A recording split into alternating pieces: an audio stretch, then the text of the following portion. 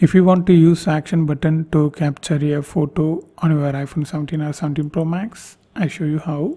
So first open settings, scroll down a bit, and here you can see action button, touch that. Then swipe left. So this is camera.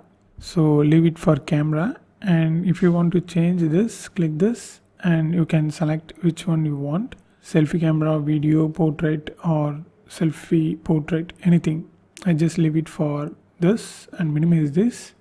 After this, when you long press the action button, you can see the camera was immediately turned on. You can capture like this, or just again press the action button, so it will take the picture. So just long press, camera will be turned on, and again click the action button, then the picture will be taken. So this is how you need to do. In case if you again want to change this to silent, just came here, now it will act as silent button. So this is how it works. And if you want to know more videos about iPhone 17, watch this playlist.